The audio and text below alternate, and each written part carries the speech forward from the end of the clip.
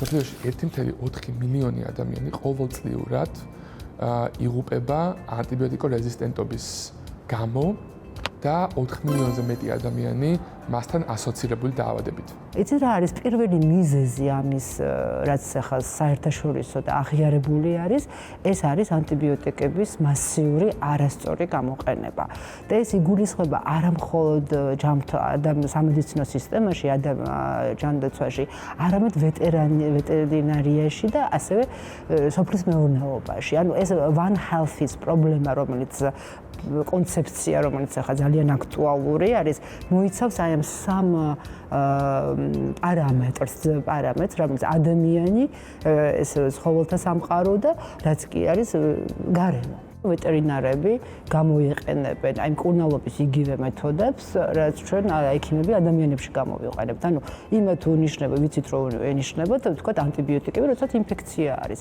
ანუ ფაქტობრივად მიდგომა ვეტერინარის ისევე უნდა იყოს ამ ანტიბიოტიკების გამოყენებასთან, როგორიც არის, თქვათ ადამიანებში ექიმის პასუხისმგებლობა რაც არის, რომ ანუ რა უნდა ანუ მათაც უნდა იცოდნენ, ალბათ გინდება რა ინფექცია არის, ანუ როგორი არის რეზისტენტულობა იმის მიმართ და რომელი ანტიბიოტიკა, ანუ რაც შეიძლება პრინციპი უნდა იყოს იგივე, რომ გავიგოთ რა გამომწვევი ბაქტერია არის, რა პროფილი აქვს რეზისტენტულობის და რაც შეიძლება ვიწრო სპექტრის ანტიბიოტიკის დანიშვნა. ანუ პრინციპი არ მგონია, რომ განსხვავებული იყოს ვეტერინარიაში ამასთან დაკავშირებით. თქვენ უკვე წლებია საფრანგეთში მუშაობთ და იქ აკვირდებით, როგორ იცვლება მიდგომა ინფექციების მართვის და ანტიბიოტიკო რეზისტენტობის მიმართ.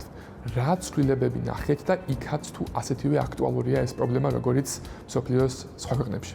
საფრანგეთის მაგალითზე ნამდვილად შემიძლია გითხრათ, რომ მე უკვე 20 წელი არის, 20 წელზე მეტი არის შეხება მაქვს ინფექციურ დარგთან და რადიკალურად არის შეცვლილი როგორც საგანმანათლებლო მიდგომა, ასევე პრაქტიკული ექსპერტიზის მიდგომა და სამეცნიერო მიდგომა. ერთი რამ ისტორიული თვალსაზრისით რაც შემიძლია გითხრათ, რომ აი 2000-იანი წლების დასაწყისში, როდესაც მე საფრანგეთში წავედი, ინფექციური დარგი მოიაზრებოდა შიცის და ჰეპატიტების სპეციალისტად. ბოლო 6 წელი არის გახდა ინფექციური როგორც სპეციალობა.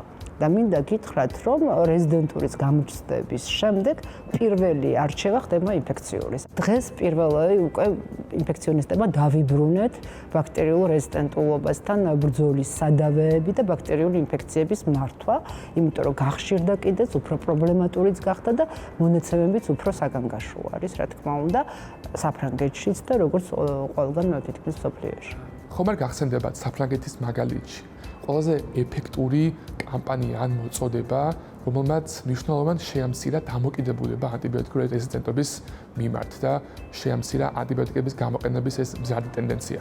ძალიან საინტერესო კითხვა არის, იმიტომ რომ იყო ზუსტად დაახლოებით 10 წლის წინ ესეთი შემთხვევა, როდესაც საზოგადოებრივმა მედიამ, ანუ ტელევიზიამ მოხდა სარეკლამო რგოლების გაშვება ტელევიზიაში, აი როგორ საათებში იცით, ყველა საკვანძო საათები რო არის, აი 8 საათი საინფორმაციო გამოშვება, აი ამ პერიოდში გადიოდა რეკლამები, რომ ესეთი ძალიან კარგად ირითმება ფრანგულად, რომ ანტიბიოტიკის მიღება არ არის ავტომატური.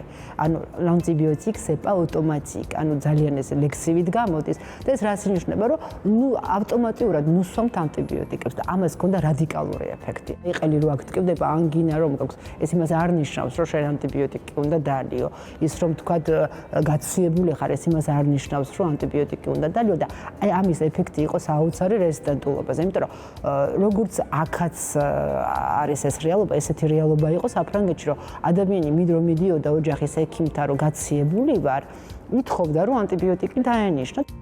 საქართველოში არსებულ მონაცემებს რო შევეხოთ, საქართველოში 23 წელს არსებული მონაცემებით ეშერიხია კოლის მულტირეზისტენტული ფორმა, ანუ მდგრადი ფორმა სხვადასხვა ანტიბიოტიკზე არის ერთ-ერთი ყველაზე ხშირი სისხლის ინფექციის გამომწვევი მიზეზი, რომელიც ასევე იწვევს სეფსისაც და გარდა ამისა გვაქვს ასევე მზარდი ტენდენცია MERS-ას, ანუ მეთილინ რეზისტენტული სტაფილოკოკის მხრივაც.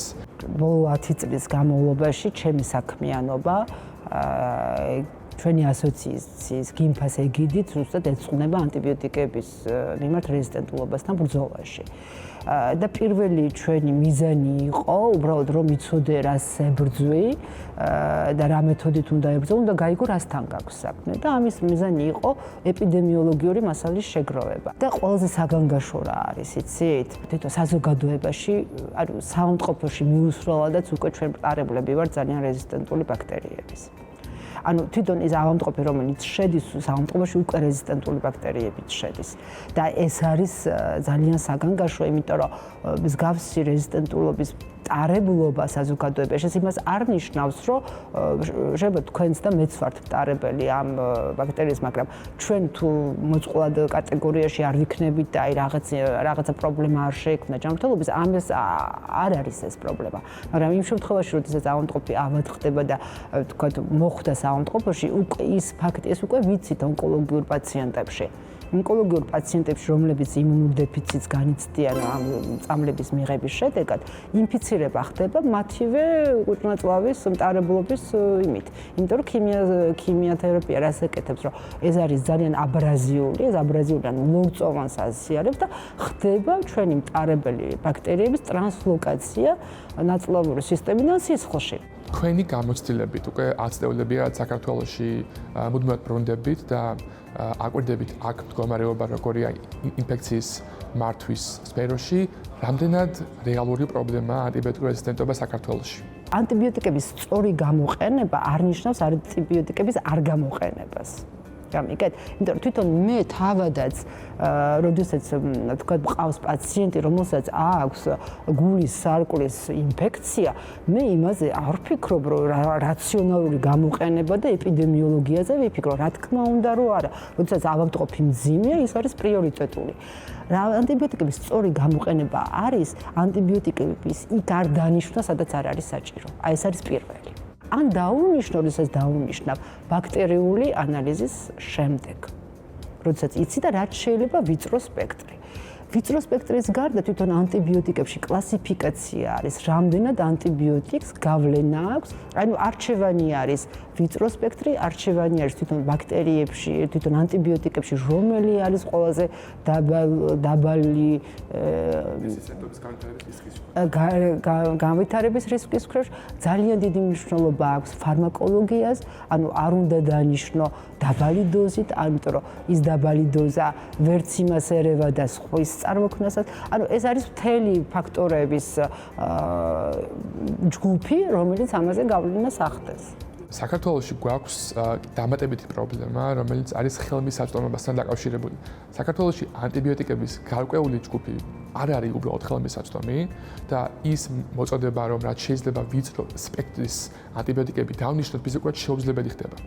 გარდა ამისა, ზოგი ანტიბიოტიკი არც ისეთი ეფექტურია, როგორც საჭირო არის ინფექციის სამართავად, ამიტომ ნიშნება უფრო ხანგრძლივი კურსები, ანდაც დანიშნული კურსი ვერ ამარცხებს ინფექციას. ეს ხომ არ განაპირობებს ასევე საქართველოში ანტიბიოტიკურ რეზისტენტობის ზრდას. აი ძალიან ნამდვილად ძალიან ესეთი მნიშვნელოვანი კითხვებს ვამთ. არსებობს ესეთი ორი ანტიბიოტიკი საფრანგეთში, რომელიც ღირს გითხრათ, შეგვიძლია თქვა რომ 50 ევროზე ნაკლები თვეში მოიხმარო. არის სეფოქსიცინი, ანუ ცეფილოსპორინების, ანუ ცეფტრიაქსონამდე თაობა და არის ტემუცინი. ანუ მე როდესაც ვყავდა ქართველი კოლეგები ჩვენთან ჩამოსულები იყვნენ სტაჟირებაზე, ზუსტად მსგავსი შემთხვევა გქონდა, ვეკითხები, ეხლა თქვენ რას დაუნიშნავდით? დაუნიშნავდა მეროპენებს. რატო დაუნიშნავდნენ? იმიტომ რომ ამ ორ ანტიბიოტიკზე მე რომელიც დაგისახელეთ, უბრალოდ გზნობელობაც არ ისინჯება. შემოტანილი კი არ არის მარტო, გზნობელობაც არ ისინჯება. თქვენ როგორ ფიქრობთ, რა არის ის აუცილებელი ნაბიჯები, რაც საქართველოში უნდა გატარდეს, რომ უფრო სერიოზულად აღვიქვათ ანტიბიოტიკების წინააღმდეგ მდგრადობის პრობლემაც და რა გზით შეგვიძლია ამას ვებრძოლოთ ყველაზე ეფექტურად? სამეცნიერო საზოგადოებამ უნდა გადაწყვიტოს, რა პანელი გვჭირდება თუნდაც ხსნობელობის განსაზღვრეს და რა ანტიბიოტიკი უნდა გამოვიყენოთ არის პრიორიტეტული გამოყენების თვალსაზრისით. უბრალოდ იცით რა არის შეიძლება მაგის მიმართაც რეზისტენტული იყოს სეფოქსიცინის და ტემუცილინის მიმართ თქვათ თუნდაც ის ეშერიშია კოლი რომელიც აქ გამოიწვის მაგრამ არ ვიცით. მე არ ვიცი თუ სხვა მიცის იქნებ გამაგებინოს მაგრამ მე სადაც ვიკითხე მითხრეს რომ ანუ მე მინდოდა უბრალოდ რეტროსპექტიულადაც გაგვეკეთებინა ამის ანალიზი, რომ რეტროსპექტიულად შენახული შტამები დაგვეთესა მგრძნობელობა სეფოქსიცინზე და გაგვეგო შეიძლებოდა თუ არა, მაგრამ არ კეთდება. თქვენი ასოციაცია გიმპა, სადაც ევროპაში მოღვაწე ქართველი ექიმები არიან გაწევრიანებულები, ყოველწლიურად ატარებს საქართველოში სამედიცინო კონფერენციებს. სადაც ექიმები ბრუნდებიან სამშობლოში და განიხილავენ ყველაზე მწვავე სამედიცინო პრობლემებს. ერთ-ერთი მუდმივი რუბრიკა ამ კონფერენციაზე არის ინფექციური დაავადებების სფერო. წელს რაზე გეგმავთ, რომ გამოსვლა გააკეთოთ და რა პრობლემას განიხილავთ? წელსაც იქნება გიმფას მე-12 კონფერენცია, მე-12 წელი არის ჩვენი ასოციაციის ფარგლებში ვატარებთ ამ მულტიპროფილურ კონფერენციას, მე ხელმძღვანელობ ინფექციური სესიას და 12 წლის განმავლობაში შემიძლია დაზუსტებით გითხრათ და აი ვნახოთ პირველი პროგრამა ერთად არის ინფექციური დაავადებებში რეზისტენტულობასთან ბრძოლის საშუალებები და მეთოდები. ანუ რომ გითხრათ რამდენად ანუ ჩვენთვის ჩვენი ასოციაციისთვის ეს იყო პრიორიტეტული თემა. წელსაც რა თქმა უნდა გამონაკლისი არ არის. მთავარი საკითხი არის ინფექციის რეზისტენტულობასთან ბრძოლის საშუალებები და რომ ვახსენე კარბაპენემების ალტერნატივა გრამუარყოფითი რეზისტენტული ბაქტერიული ინფექციების მართვაში იქნება ერთ-ერთი თემა, იმიტომ რომ ეს ძალიან მნიშვნელოვნად მიმაჩნია, მაგრამ ახალი სიახლე არის, ეს იყო შემთხვევა 2 წლის წინაც, რომ გვექნება ძალიან დიდი ნაწილი ფაგოთერაპიაზე დათმობილი. მოგეხსენებათ რომ ფაგოთერაპია ეს არის ის ჩვენი ეროვნული საგანძური დღეს, რაც რა თქმა უნდა საფრანგეთში დაიწყო და აღმოჩნდა, მაგრამ საქართველოს შეინარჩუნა ამის კულტურა და მეცნიერული ანალიზი და გამოცდილება და ვიცით რომ მთელი ევროპას დღეს აუცილებლად დიდი ინტერესი აქვს ფაგოთერაპიის მიმართ. ხანდახან ჩვენ თვითონ არ ვიცით თუ რისი მფლობელები ვართ და სწორედ ამაზეც ვისაუბრეთ და ევროპას ასეთი ინტერესი ადასტურებს რომ ზუსტად რეზისტენტულობა რაღაც ჩიხში შედის, რომ რაღაც მომენტში ანტიბიოტიკიც შეიძლება საკმარისი არ იყოს და ფაგოთერაპიას აქვს თავისი ნიშა, სადაც უნდა მოხდეს მისი სწორად დანერგვა და გამოყენება.